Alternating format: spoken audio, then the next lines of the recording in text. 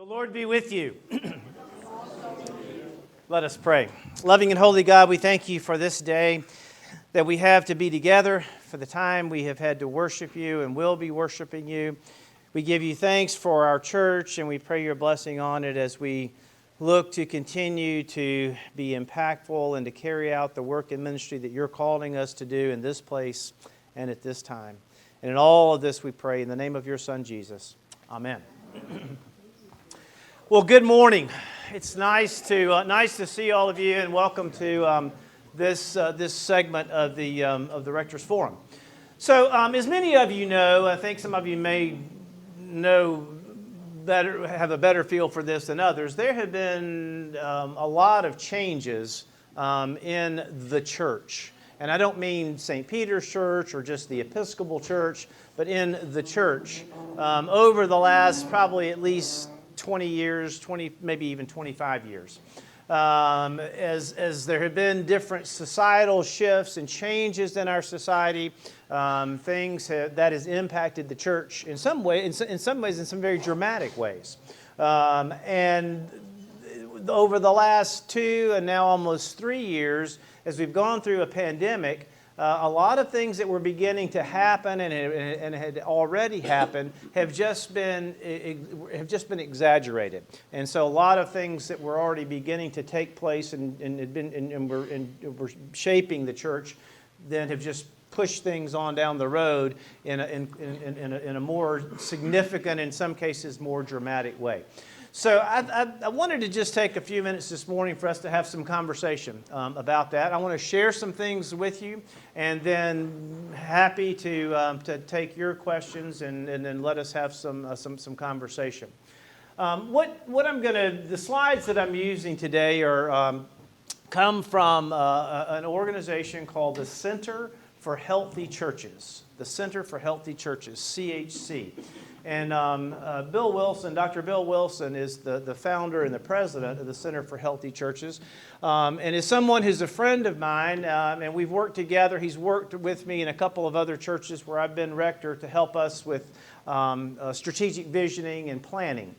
So I got to know Bill that way, and then also and then became very much more attuned to the work that he and the consultants that work with him at the center have done in trying to work with congregations of different traditions, whether it be Baptist, Methodist, Presbyterian, Episcopalian, whatever, helping churches to deal with transitions, as St. Peter's has gone through within the last couple of years, to help churches who are in conflict, to help churches think about vision and creating strategic plans. So kind of offer a variety of services. I have found that Bill is someone that I can go to. He has a real sense of the pulse of what's happening in the church and of the different things that are affecting and impacting churches. In fact, I was reading an article not long ago, and I sent him a text, and I said, what do you think about this? And he said, well, I don't really like the author, but I think in this case I agree with him. So he's that kind of a person. So I asked him if he would a couple of months ago. I asked him if he would join our vestry retreat to help and share some things with our vestry about the church and about the changing church. And so these are so we zoomed him in, and these are slides that he prepared that were presented to your vestry. So I'm not going to go through all of these. So I'll just kind of click through some of them. But I just want to share a few things with you again to help give you some sense of where where things are and of some of the trends and where things are going, and then also what are some of the not only the challenges but some of what are some of the opportunities given where we are. So one of the things that's been helpful for me in thinking about the church and about what it means to be the church is this definition that they use of a healthy church. A healthy church is a community of Jesus followers with a shared vision, thriving ministry, and trusted leadership. Shared vision, thriving ministry, and trusted leadership.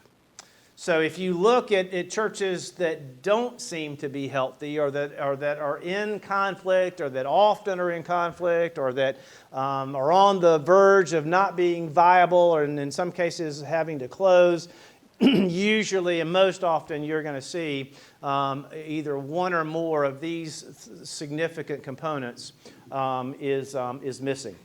Now, the subtitle to my presentation today was The Changing Church is like trying to grow potatoes on Mars. So I just want to share with you a little bit about what that means. It's actually a comment that Bill Wilson made, and that someone then wrote an article about quoting Bill. There's a book called The Martian, which I don't know, it's not one I was familiar with, but apparently it's a pretty popular novel. And this is part of what the person who wrote this article said, without giving away the entire plot of the book. This person finds himself stranded on Mars, a dilemma that no one has faced before. And to survive, he has to learn how to grow potatoes on Mars, a feat that becomes a driving metaphor of the book.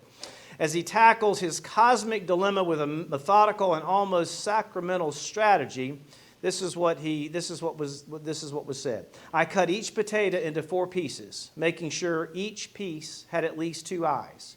The eyes are where they sprout from. I let them sit for a few hours to harden a bit, then planted them well spaced apart in the corner. Godspeed, little taters. My life depends on you. And then he asks this question, so how does potato growing on Mars relate to ministry? And so he points out a few things. That he says, as I read the novel, I gleaned these points for our current context. Adjusting to a new landscape is not easy, but it's necessary. Maximize your resources. Learn to ration and cultivate using all available assets. Consult your intellect, intuition, and imagination. Develop a sustainable strategy with built-in contingencies to help navigate the unexpected. Anticipate obstacles and setbacks. Don't be afraid to take risks. Timing is crucial in making connections. Remember, there are forces at work bigger than you are. When you're tempted to give up, don't. I guess you could, after one near catastrophe in the book, the person says, I guess you could call it a failure, but I prefer the term learning experience. So those are just a few things about this connection, this correlation between growing potatoes on Mars and the church. So again, a lot has changed. A lot of things are not, and many of you know this very well, a lot of things are not the way that they used to be in the church. But the church is not the only institution that has experienced that. A lot of other entities, a lot of other institutions have also experienced the lack of connectedness, the difficulty with membership, the difficulty with participation, etc., etc., etc. I've been a Rotarian, a member of Rotary Club for a long time. And when I came here, I joined the St. Louis Rotary Club. And I was at a school last week, actually, making a presentation to a student on behalf of our Rotary Club. And I was talking with one of the teachers before that, and I introduced myself, and he was asking me, kind of what was I doing there. And I said, well, I'm with the St. Louis Rotary Club. I'm here to make a presentation. And he looked at me and said, what is Rotary? I mean, he just truly had absolutely no idea what Rotary was.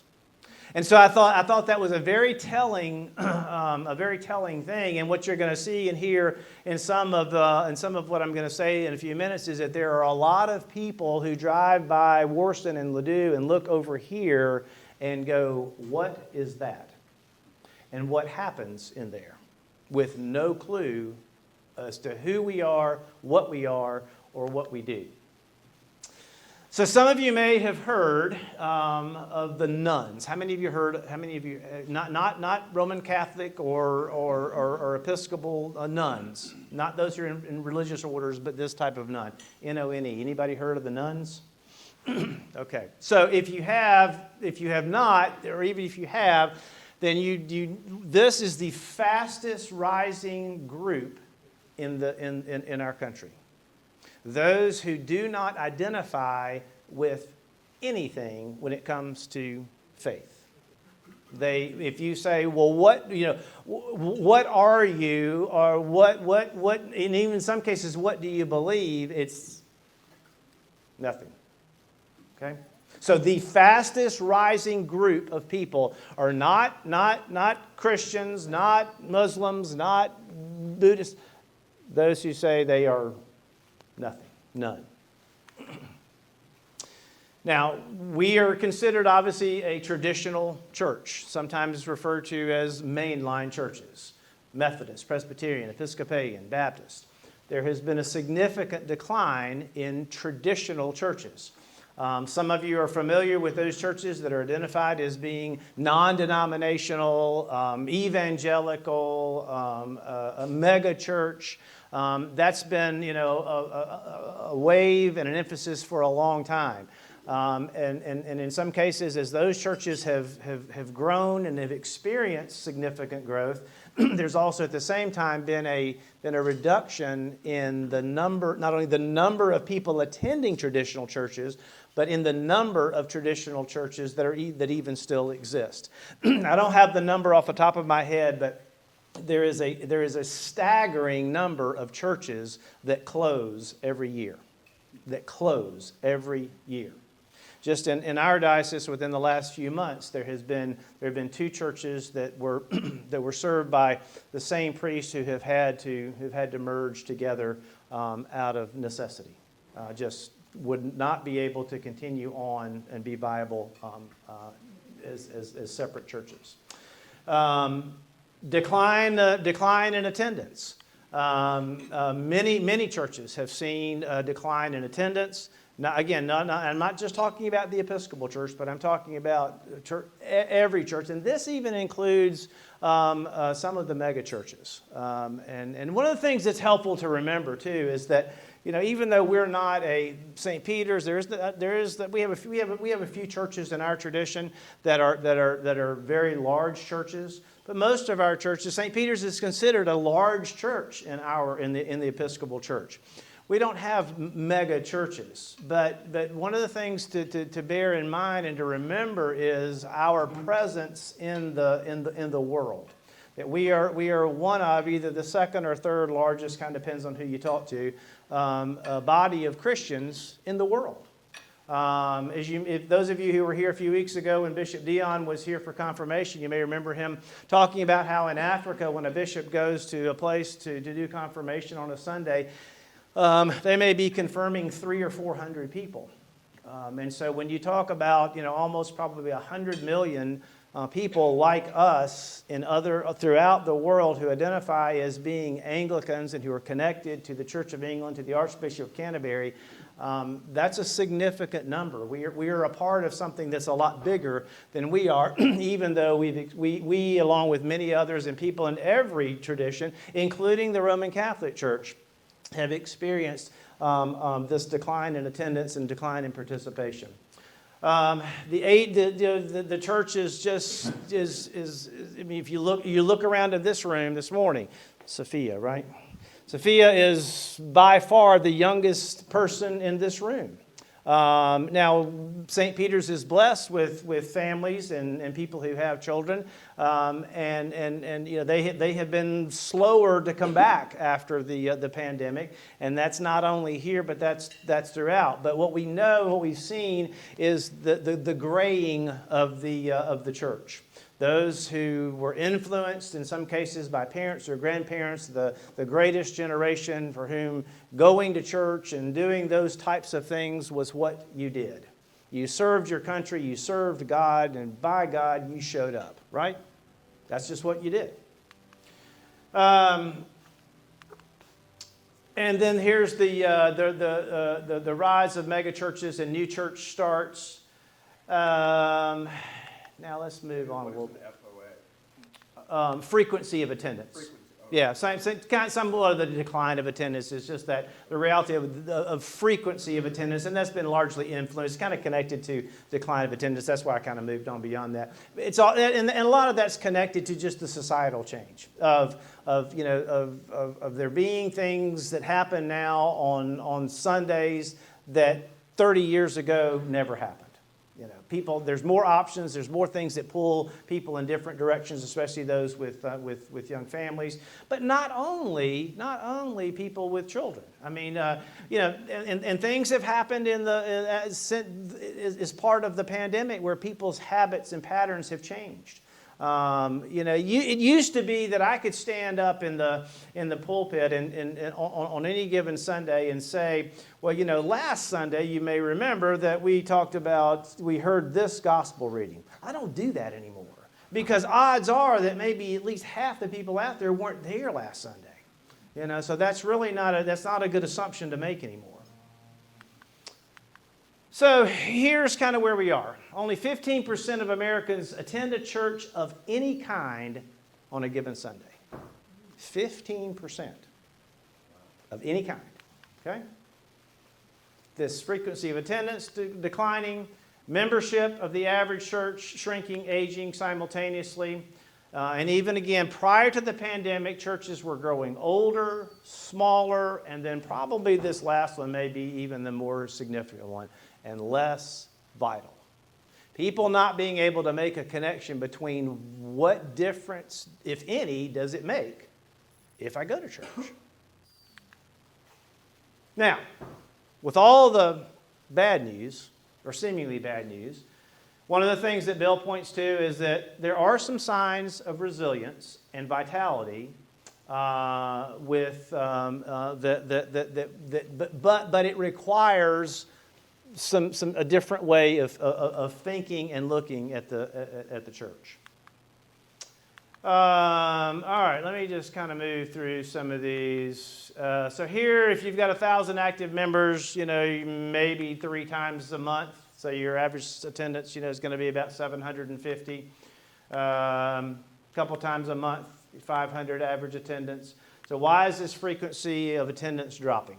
Well, as I mentioned a moment ago, there's just a lot more options. Sports leagues, competitions of all kind, and this ship has sailed a long time ago. Now, sometimes I'm with clergy who want to sit around and moan and whine about, oh my God, there's soccer fields, and I've passed by the soccer fields on Sunday morning and they're full. Well, yeah, okay, well, get over it. I mean, they've been full for a long time, and that is not going to change. So that's just the reality of where we are. So instead of thinking about, okay, well, how do we pull people back from the soccer fields or the swimming pool or the basketball court or whatever it is, then how do we then think about meeting people where they are and making some adjustments in how we approach church and the strategies that we take. Here's just some other things that he offers as being things that pull people away. And a lot of these are things that many people here at St. Peter's can certainly identify with. This is kind of an interesting one too, that as we all know, people are just living longer.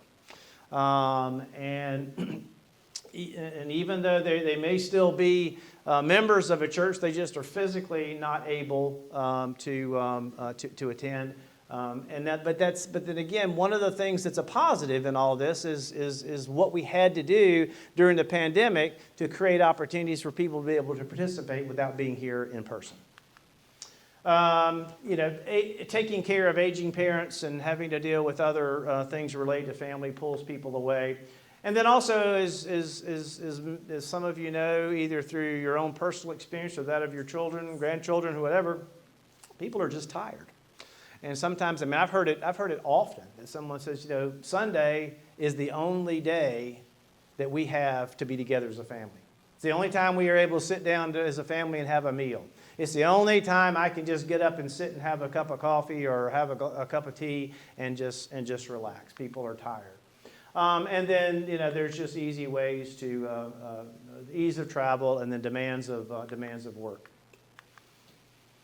So you can see here the decline in worship attendance. It started, as I've mentioned, over 20 years ago, and has just kind of steadily dropped in the last 20 years. You can see that this is our trajectory. We kind of reached our pinnacle of membership in the late 1960s, early 70s, and then since then the trajectory has been a downward, has gone downward. But we're not the only ones who have experienced that. You can see the same thing. This is the Methodist Church, United Methodist Church. This is this is a really steep slide in the Presbyterian Church. And then this is the Southern Baptist Church. And now Bill, who is a former Southern Baptist, he's affiliated with some other Baptist tradition now, will laughingly say that the Baptists won't admit to any of this, but this is the reality of where things are. And then I was in a meeting a few months ago where someone was talking about the same type of thing that's happening and has been happening in the Roman Catholic Church. Just huge, significant drops in numbers, and as they have seen. And part of what happened, they attribute that to an increase that occurred a number of years ago as the Latino population began to become more and more prominent and prevalent in our country. But then as they have assimilated and have moved, in some cases, beyond their what the church that they grew up in, then that has kind of leveled out the growth. So here are some things that have attributed to not only the decline in membership and in attendance, but also contribute to the way that people look at the church. Conflict. 75% of churches have experienced significant internal conflict in the last 5 years. That of all of these statistics, that one surprised me just a little bit. 75% of churches have experienced significant conflict. David, what is internal conflict? Internal conflict, meaning conflict between the congregation and the clergy. Internal conflict between differing groups within churches who might have different theological ideas, different orientations toward how the church is spending its money. You just name it. Yeah. Often also internal conflict can be attributed to maybe issues with, in our case, like issues with the diocese, issues with the bishop. Differences of opinion about different things. I mean, I was in a conversation recently with someone who's only been kind of tangentially involved here, but who had very strong, even though we're obviously not wearing masks and we opened the church back up, had very strong opinions about the diocese and about the bishop and about how all of that had shut the church down for not our church, but all churches in our diocese for a period of time. So that type of thing.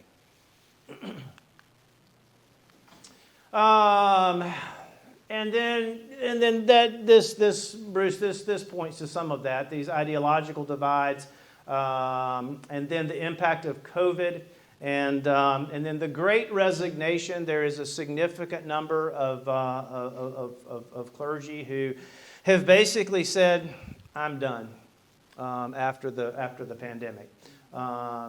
This is not what I signed up for. I'm tired, exhausted, don't know what to do, don't know how to lead through this, after this. And so, in fact, Bill Wilson, who I mentioned earlier, one of the main parts of his work right now is working with churches who are in transition, who are looking for clergy, not in our tradition because we have to go about it in a different way. But one of the things he said is making it very difficult is the fact that there's so many churches that are in need. There's so many clergy who are resigning, and trying to find replacements for that is challenging. So where do we go from here? Well, one of the things that we have to claim and recognize is that we live in a post-Christian, we are in post-Christendom. You know, the whole idea or concept of, you know, in God we trust, that this was a country founded upon, you know, Christian ideals and the fundamentals of Christendom is we're not there anymore. That's moved on. Yes, ma'am.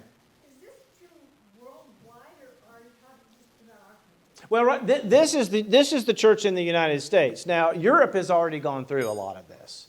Many of the churches in Europe have experienced this,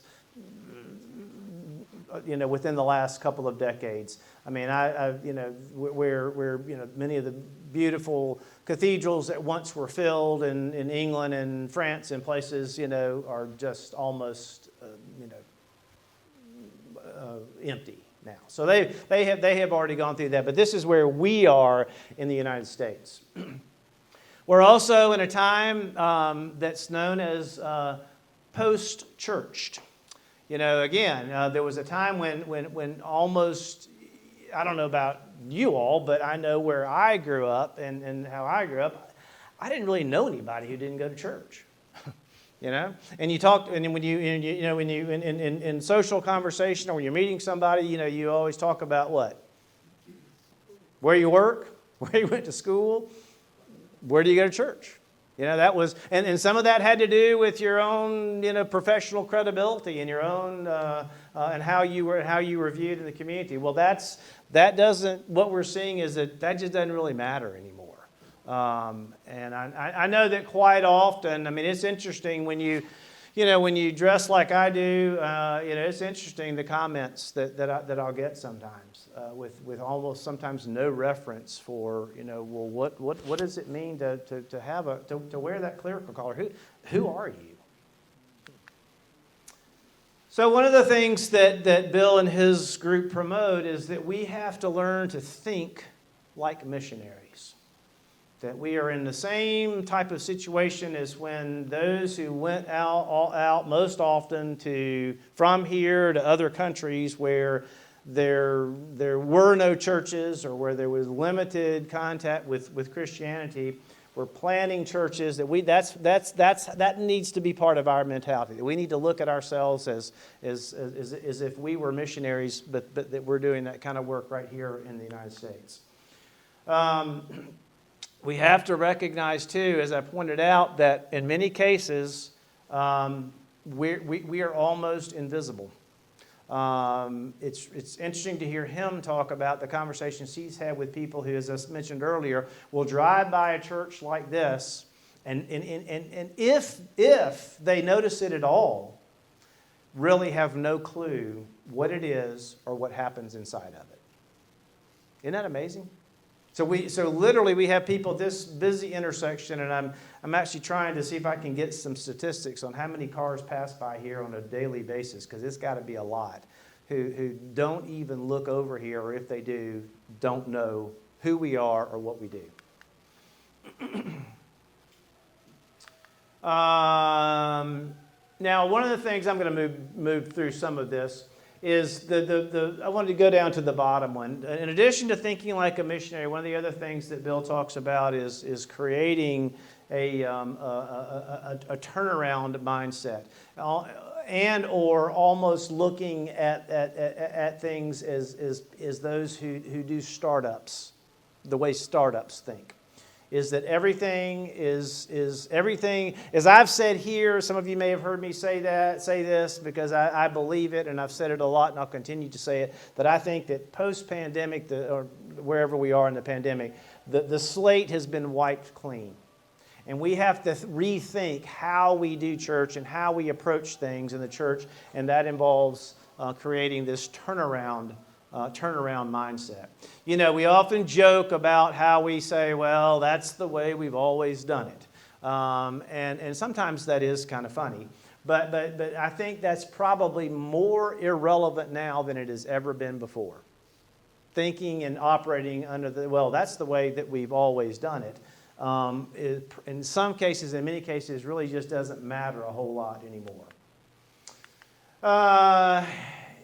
Reconnecting, he is a big advocate for thinking about why you're here. And one of the things that he talks about is that is to try to imagine that if your church, if St. Peter's just closed tomorrow, would it make any difference? Would anybody know? I'd miss breakfast. Pardon? You'd miss breakfast?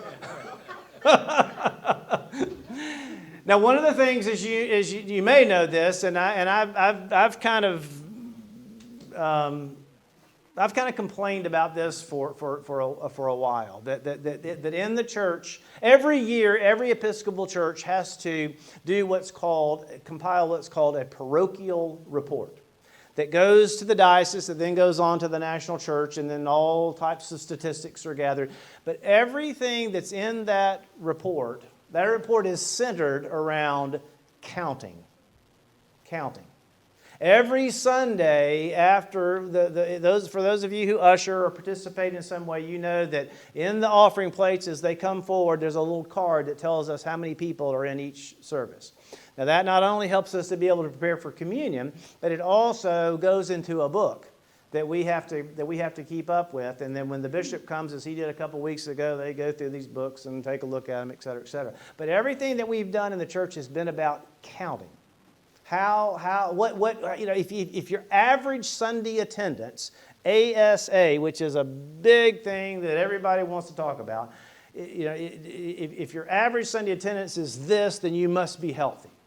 Well, what we're seeing and what we're learning now, what we're going to have to move more away from is counting, is away from counting and start specifically measuring impact.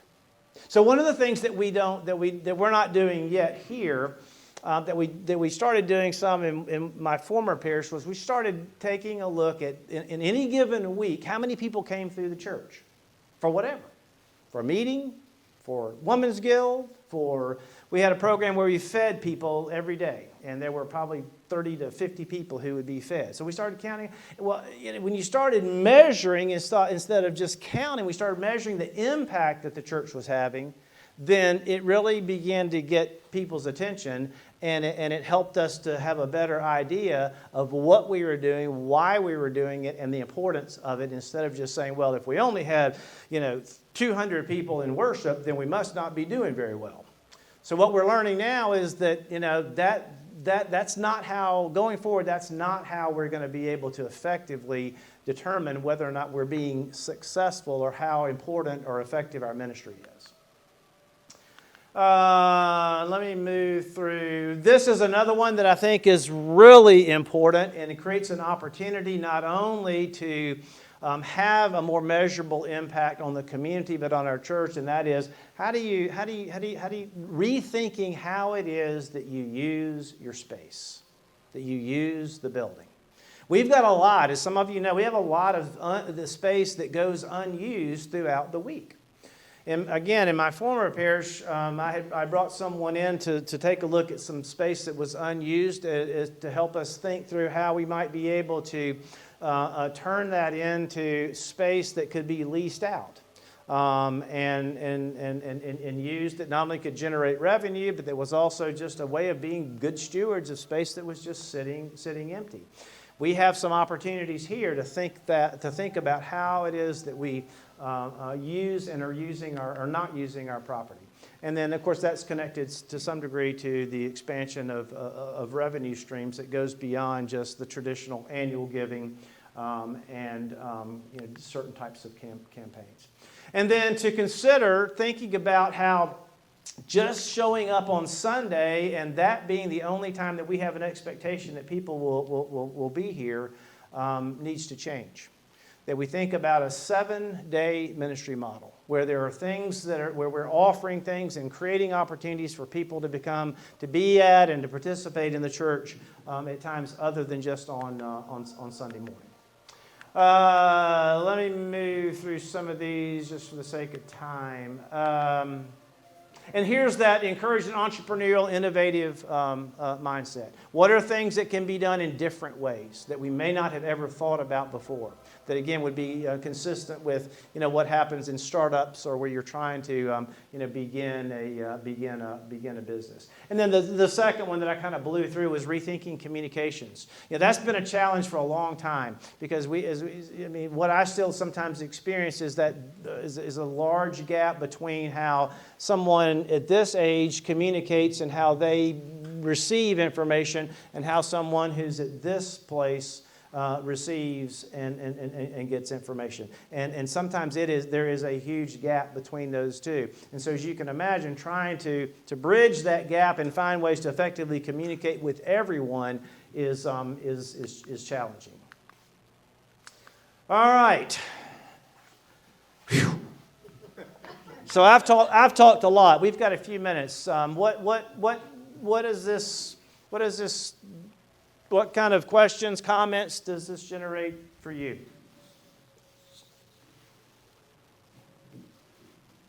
Just remember to please talk into the microphone since we're filmed. We record these. I don't have a general comment other than you were mentioning, I guess, including people what we can use for space. We have 3 schools, high schools within a mile.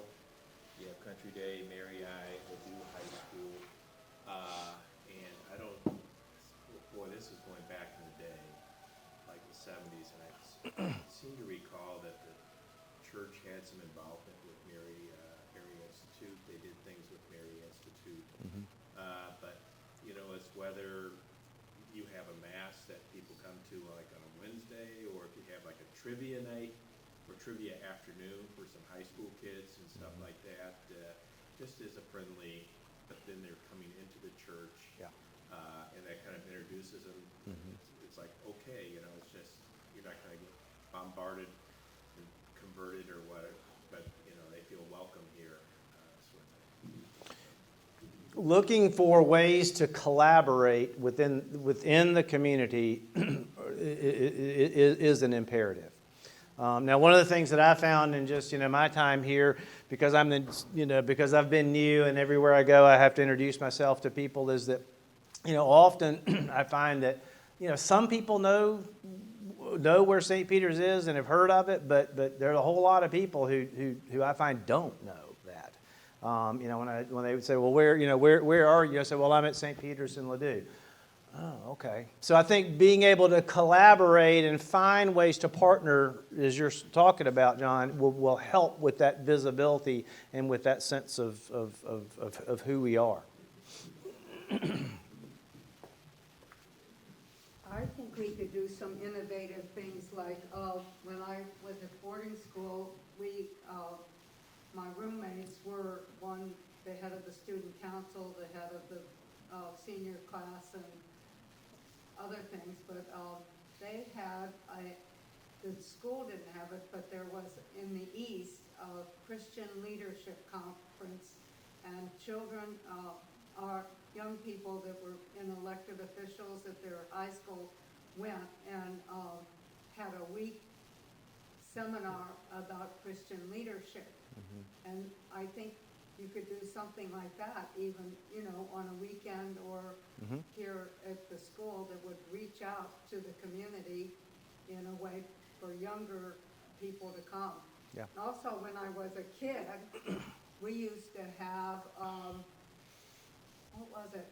square dances here in this fall. And even though I didn't belong to St. Peter's at the time, we would come out on Saturday night and have a square dance in this hall.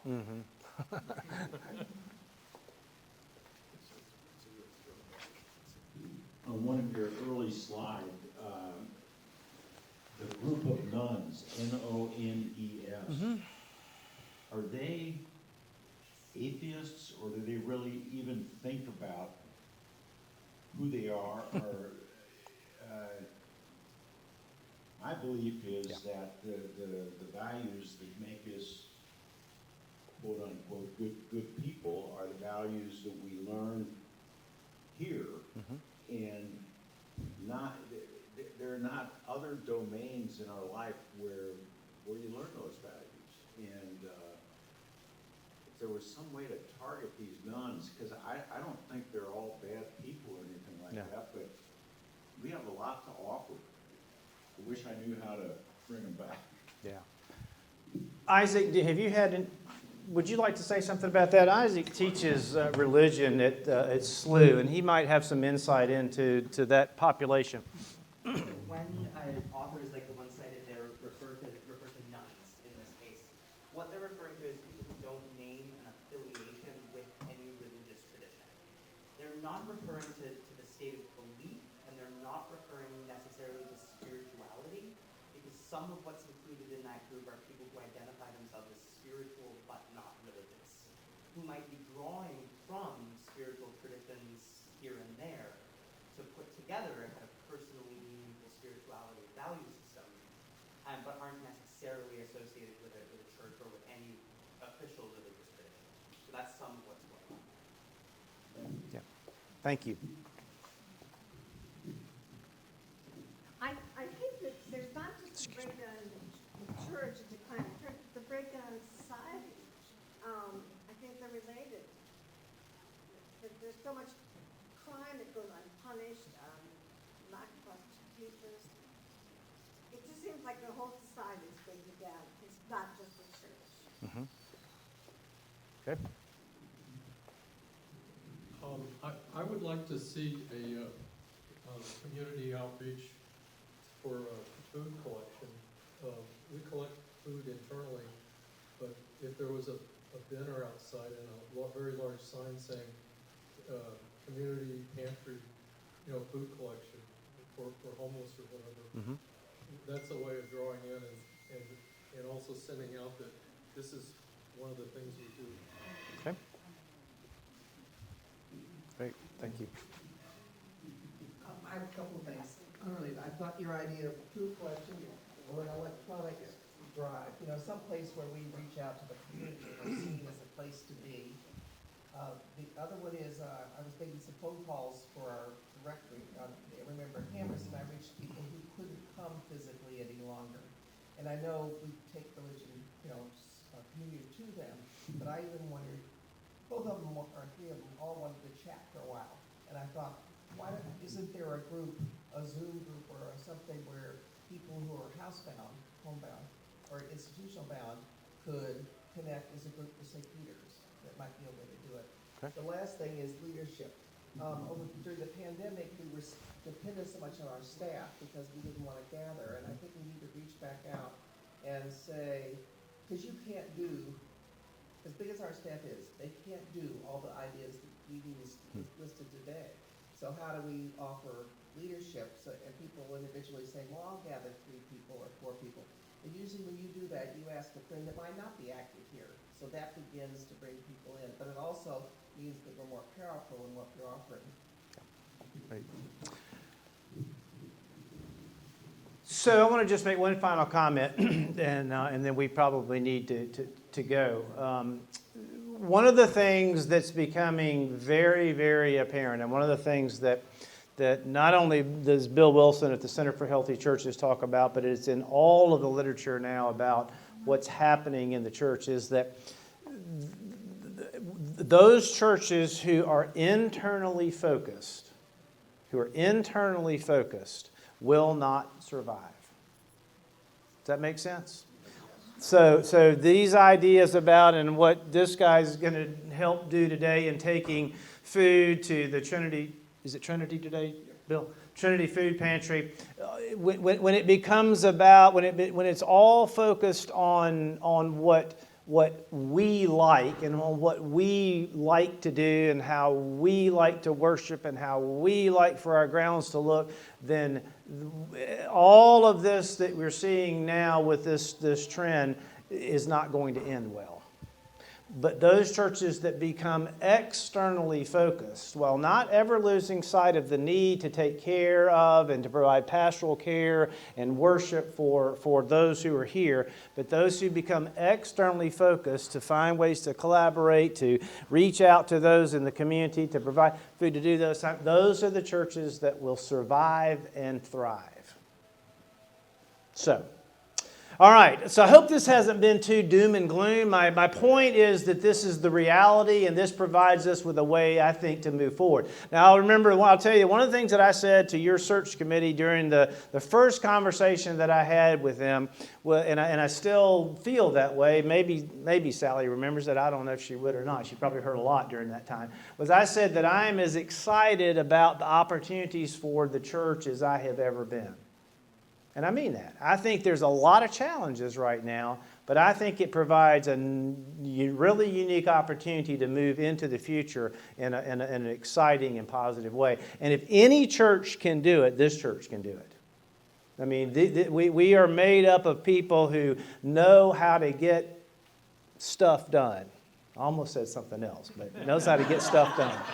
Yes, ma'am. Could you set a time where we could get together and have time to really actually put some of this into action? Well, what we're going to do, as I said, Not next fall. no. What I mentioned to you, I started off. I said that your vestry has heard this and is already beginning to work on this type of thing. And what will happen next is that I will invite Bill to come and lead us and lead the church through a strategic plan. Help us develop a plan and a way to move forward. Without a vision, the people perish, is what the Bible says, not what David says. So that will help us. We have to have a plan. We have to have some sense of who we are and of what we want to do and how we want to get there, and how are we willing to allocate resources to get there. Where is Center for Healthy Churches? The Center for Healthy Churches, it's in North Carolina, but he has, I think, probably 30 consultants who work all over the country. Yeah. Thank you all. God bless you.